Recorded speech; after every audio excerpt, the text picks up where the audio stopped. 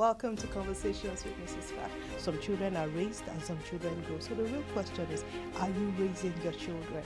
And if you're a teenager out there, I'm asking you, are you being raised or are you just growing? No, Dad, I can't just study medicine because you studied medicine. The perspective the boy is giving, like for the example, it might not be the same perspective that the girl is going to tell her parents. It's about, we taking it to be about us and not about the child. It's a very beautiful day and welcome to Conversations with Mrs Fash, where we strongly affirm that some children are raised and some children just grow. So the real question is, are you raising your children? Oh, maybe because we have teenagers in the house. So the question to the teenagers should be, are you being raised or are you just growing? Yes, it's always a beautiful time whenever we have teenagers in the house. Parents at home are able to see, get to validate whatever they are doing through the lenses of this teenager. So we're almost switching roles and we're able to tell our parents, do a lot of this, do this a little more, you don't need to do this anymore. And I always enjoy it because these guys are blunt, they don't filter anything, they'll tell you the way it is. So it's not left for you to take it in good faith and see where you need to make adjustments. So with me in the studio today, I have a wonderful girl and two lovely guys. We have Goodness. Welcome, Goodness. Hi, thank you. Good to have you on Conversations with Ms. Fash. Thank you. And then we have David. Yeah. Welcome, David. Good morning. Good afternoon, rather. Welcome. And then we have Daisy Ray. Hi, good afternoon. Thank you for being here.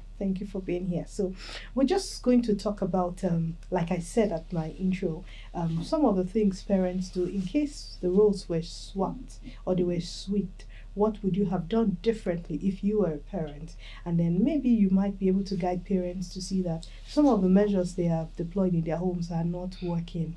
They are counterproductive, so they might want to do things differently. Because parents are starting to see that it's humility to listen to you guys. So we want you to be as objective as possible. It's not a tool to say, I'm going to tell my mom what I've always meant to say to her. But I trust you guys. I know that you'll give it to us as it is hot, as it is in your mind. So I'd like to start with you, David. Okay. Yes. Or maybe I should start with the lady. Let's start. They say ladies first. David, let me come back to Goodness. Okay. So Goodness, let's start with you. Okay. When parents say to you, I know what is best for you, do you think that's a statement in fear or a statement of trust? I feel like it's a statement in trust. I like when my mom says that I know what is better for you because I know what my mom has been through.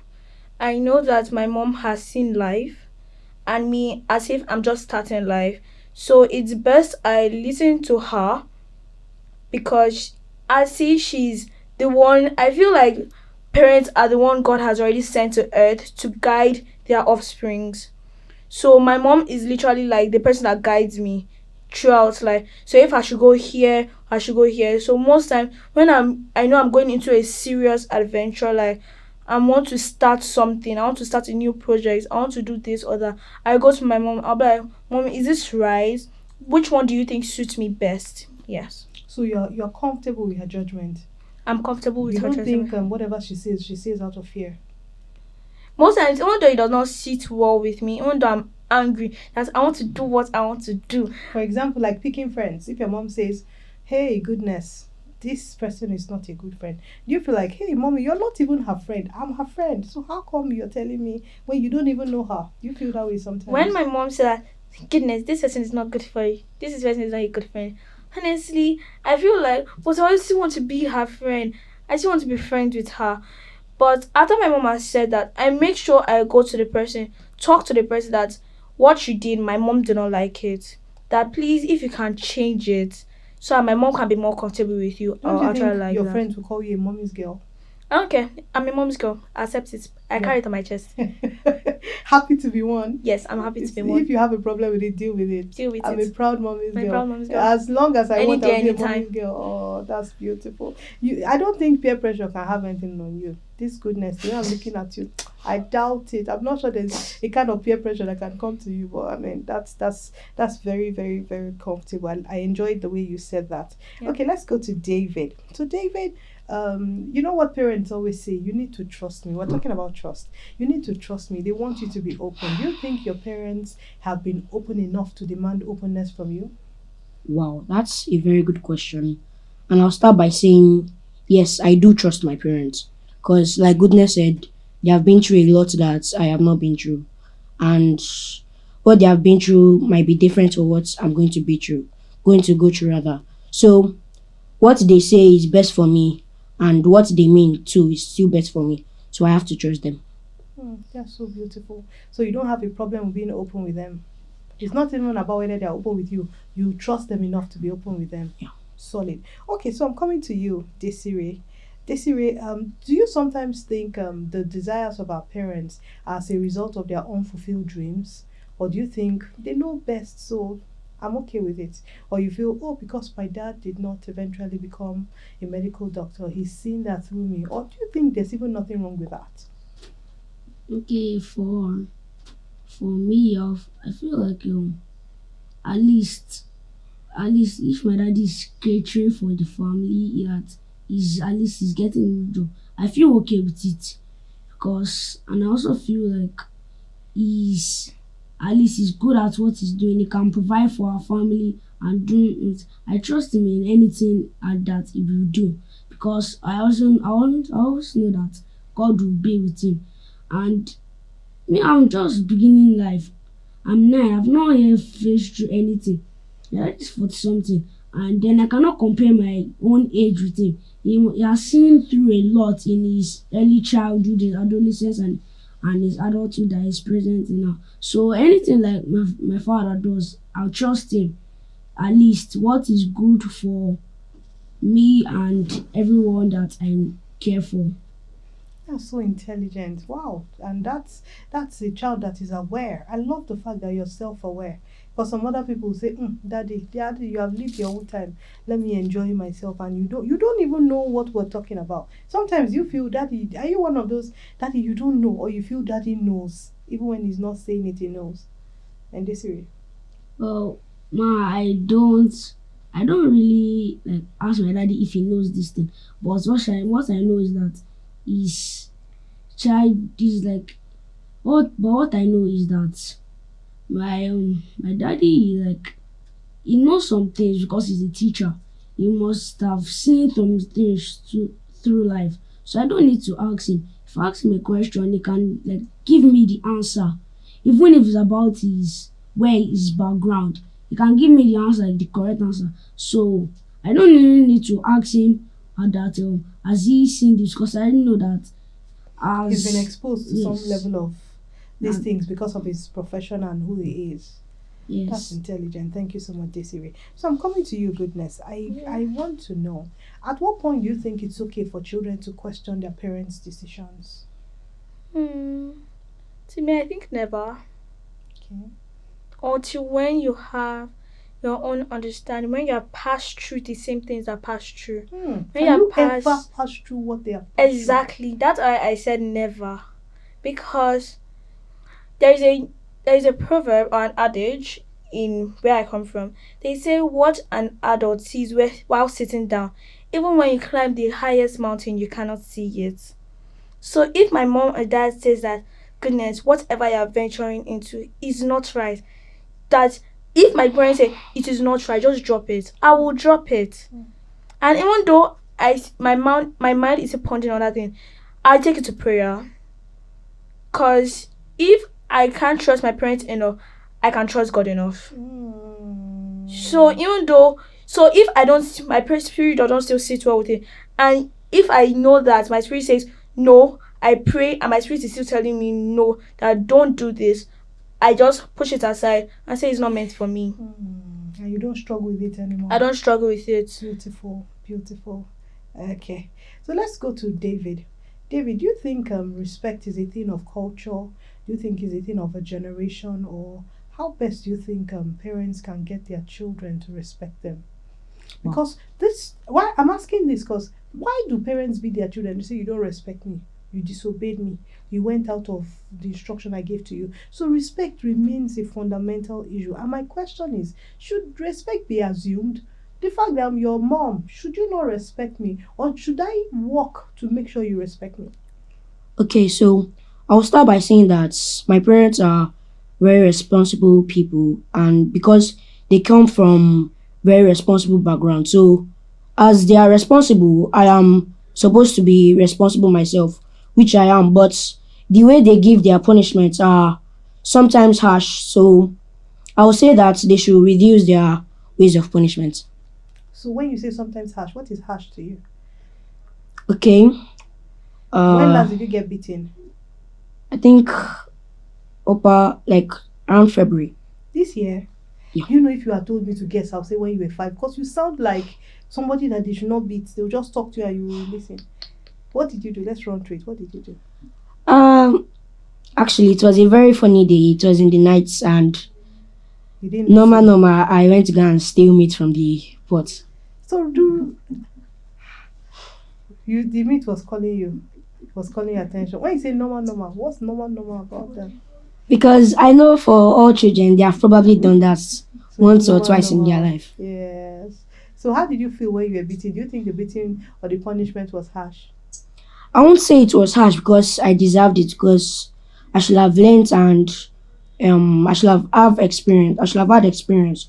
But I'll still say that it was harsh because she beat me till the next morning. So She beat you 12. 1, 2, 3, 4, 5. David. no, it was around that 4 o'clock. You stole 4 a.m. They ought to beat you. You woke up in the middle of the night to go and steal meat. David, which kind of stealing is that one now? Is that spiritual stealing or what? Was it like when you were sleeping, you were just thinking of the meat? I woke up to brush my teeth for some reason. I don't know. I By just 4 woke up. a.m. Yes. You work at night? No. I'm sorry for that. I need to ask. When that 4 a.m., were you going out? You brush your teeth and go back to sleep? Yes, It was then the I'll meat that was get- on your mind. Yes. I guess the meat made you brush your teeth. But for you to have brushed before stealing the meat, that means you knew what you were doing. You were not sleepwalking. So mommy started beating you from what time? From around that 5, because that's when she noticed that it was So how gone. many pieces of meat did you take? Just like 2. 2. Like 2. Oh God. We have to go on a quick break. When we come back, David will explain how he ended up eating 2 pieces of meat by 4 a.m. in the morning. I find that amusing, but I love the fact that you're open enough to let us know so we can learn. Thank you so much, David. We'll be right back. Don't go anywhere. Welcome to Conversations with Mrs. Fash. Some children are raised and some children grow. So the real question is, are you raising your children? And if you're a teenager out there, I'm asking you, are you being raised or are you just growing? No, Dad, I can't just study medicine because you studied medicine. The perspective the boy is giving, like the example, it might not be the same perspective that the girl is going to tell her parents. It's about, we're taking it to be about us and not about the child. Welcome back. I've had a good laugh. David, we're coming back to you. You can't just stop that story like that. But really, I don't know why sometimes we do those things, because I cannot tell you a lie. I also stole meat as a child. And guess what? The day I stole the meat, my mother was just looking at me. And just like you too, I ate the first one. I felt, this meat is sweet too. I went back there. Then I was eating the second one, and my mother did her hand like some strange spirit. Boom, started clapping like, very good. You have even increased your beating. And I was like, hey, so you were even in the house. When did you come in? I got seriously beaten, but thank God we were corrected inside. So the next thing I'd like to ask you is, at what point do you feel when you're corrected, you should actually prostrate and say, Mommy, thank you? Or how do you get back to your parents to say thank you for correcting me? Wow, okay. For me, that's actually a normal thing, because the school I go to, telling a teacher thank you for beating me, it's normal, because when a teacher beats you, you feel that you have done something wrong, so But you should go to a teacher apologize. even beat? Yeah, it does not really happen nowadays because they have changed the rules. No. But those days when they were beating, after beating, you say thank you. Yes. You say the thank you grudgingly. No. I'll first calm myself down You before I calm go down to before you before I go go to the teacher.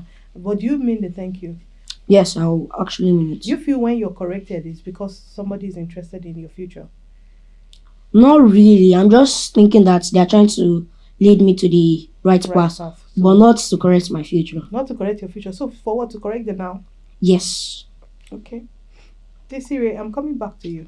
So I need you to tell me, do you think parents are afraid of children succeeding more than they have done? Do you think so? Desiree, do you think parents are afraid of their children succeeding more than them? Well, no, I don't think they're afraid because at least they're supposed to do better. Like sometimes my dad will say that there are some things. The anytime corrected, there are some things that he has done before he has been corrected, and then does not want us to do it again. So, like as he shapes our path becoming as later as become that thing, we like do better than what at least our parents have done, at least to support them and to like make their future brighter and know that at least that they did a very good job shaping their child into the person that they are now. Thank you so much. Goodness, I'm coming to you and still talking about control and discipline. Do you think discipline should be a tool of control? Or do you think discipline should be a norm in the family? Do you know what I mean? Sorry, goodness, do you understand my question? Yeah. When your parents discipline you, is it a tool of control? Is it to keep you in check that I'm your leader, I'm the one controlling this home? Or is it just a norm? Do you feel like it's just part of life, like David said? When they discipline you, they're interested in the now and also the future. What's discipline like to you? Discipline to me. My mom, I'm grateful for the parents God gave me. My parents will not make you strict and straighten you out like a wooden stick. No, that is not my parents. My parents would like to make an open space where they can fully talk on you. Even though I cannot really be open right now, but So I'm let's trying talk to about still. that. Thank you for leading me there. When you say you can't be open right now, are there certain things you feel you can't tell them? Most times when I want to tell them something, I'm always scared. Like what would be their reaction? I don't want them to shout at me. I don't want now just push it down, bury it down, forget about it. Okay. Yeah. So you're very concerned about the way they think about you. Yes. So I'm most very times you will not do something wrong because you don't want to let them down. Yes. So like each step I take, I'm very careful because I don't want to let my parents down. Because now, for example, I don't know if I'm diverting away from this No, topic. it's fine. Because all the time my teachers came, pulled me aside and asked me, why do you always look angry during examination and tests? I told them that if I smile, I get distracted. As I don't want to fail my parents. So now that I feel like I failed this term, even though my mom is proud of me, but you know when your parents are proud of you, but like this inner thought that I feel like I did not push myself to the limits. Yeah, and for that discipline part, I feel like it's just a norm. It's part of life. Okay, you just mentioned you didn't do so well this term. Did you I feel like I didn't do so well. Have you been able to trace the steps? Yes. Okay. Do you think there were factors within your control? Yes. Okay, and how did your mommy handle it? My mom said I did better. Okay. That my weakness became my strength this last term. Okay. And she's very proud of me. That Wow. parents complain that children are dropping, but I actually did better. That Okay. she is very proud of me. So that should be the right way to approach things. But you know in your mind that you didn't do so well. Yes, I feel like I didn't push myself to the limit. I should have pushed myself harder. Okay. And that beating is just a norm. It's a norm. When last you get beaten? Last year. Last year. Yes. That means you're a good girl. Yes. That's why I Or got that means your beaten. mommy doesn't like beating. My mom, when you push her to the edge, she beats. But I try my best not to provoke her. Not to provoke her. So the last thing I'd like to ask you is, these things you say, are they just to give your mom the trophy to say, Mommy, you raised a very good child? Or is there a part of it that feels fulfilled, like, I'm doing this for me? Honestly, I don't even know. But the better part is you don't want to let mommy down. I don't want to let my mom down. No. That's good. That's so good to know. David, you feel the same way? Or are you doing these things for you? I'm doing it for the both because if I'm doing it for me and I forget my parents, they'll think that I just left them. But if I forget about myself and focus all on my parents, there's nothing for me left. Okay, so you want to do the two? Yes. Okay, so picking it from what Goodness said, is it possible to want to do it for you and ignore and feel like my parents also want me to do well, so I'm going to choose me first? Well, choosing me first is not what I was being raised to do, but I will, and I will say that choosing my parents will be the advisable thing to do. Okay. So what's the difference between a first name and a last name? Wow. The first name is given to the person to take over and acknowledge and hand it over to the next You generation. now, you hand your name David. Who else is David? Oh, first name. I thought you mean my No, surname. Oh, first name and last name. What's the difference? okay. So my first name is my name and it's personal Why is first name before surname? because it's mine and it's me. Whose name will be on your certificate? Mine. So I think I'm not asking that you disregard your parents' views. That should be the starting point. But you must never forget that the short run benefit is to your parents because they introduced all of these things to you. But the long run is with you and you alone. That's why when they ask you to do well in school, you don't know why they're asking you to do well. They're asking you to do well so that tomorrow you're not going to look back and say, my mommy should have done better. My mommy should have told me. Your mommy just needs to build your interest, straighten your path, and help you to stay on track. You must never forget that your first name comes before your last name because you're responsible for your choices, for the choices you make. And yes, your last name, having your parents' name, they always look at you and say, we did a good job. But they need you to understand that you're accountable for the choices you make, you're responsible for the choices you make, and you need to make them proud because you're making the right choices. So I'm not asking you disregard them, but I'm asking that you also choose you. You must be motivated. Your success must motivate you. Seeing your name somewhere must be enough for you to say, I can do more. And of course, we must honor our parents because that's what we owe them. But I'm still saying you've got to choose you. So finally, if you ever walked into a dark room where they have about 300 parents and you have to give them one line, what would you be saying to them? One line each. One line each. Yes. David first. Okay. Be careful with what you do with them. Be careful what you do with your children. Why? Because at first, if like a child now, as they were born as a baby, if you give them too much screen time, they'll become somebody in the future that's addicted to phone. Okay. So be careful what you do. Desiree, what would be your counsel to them?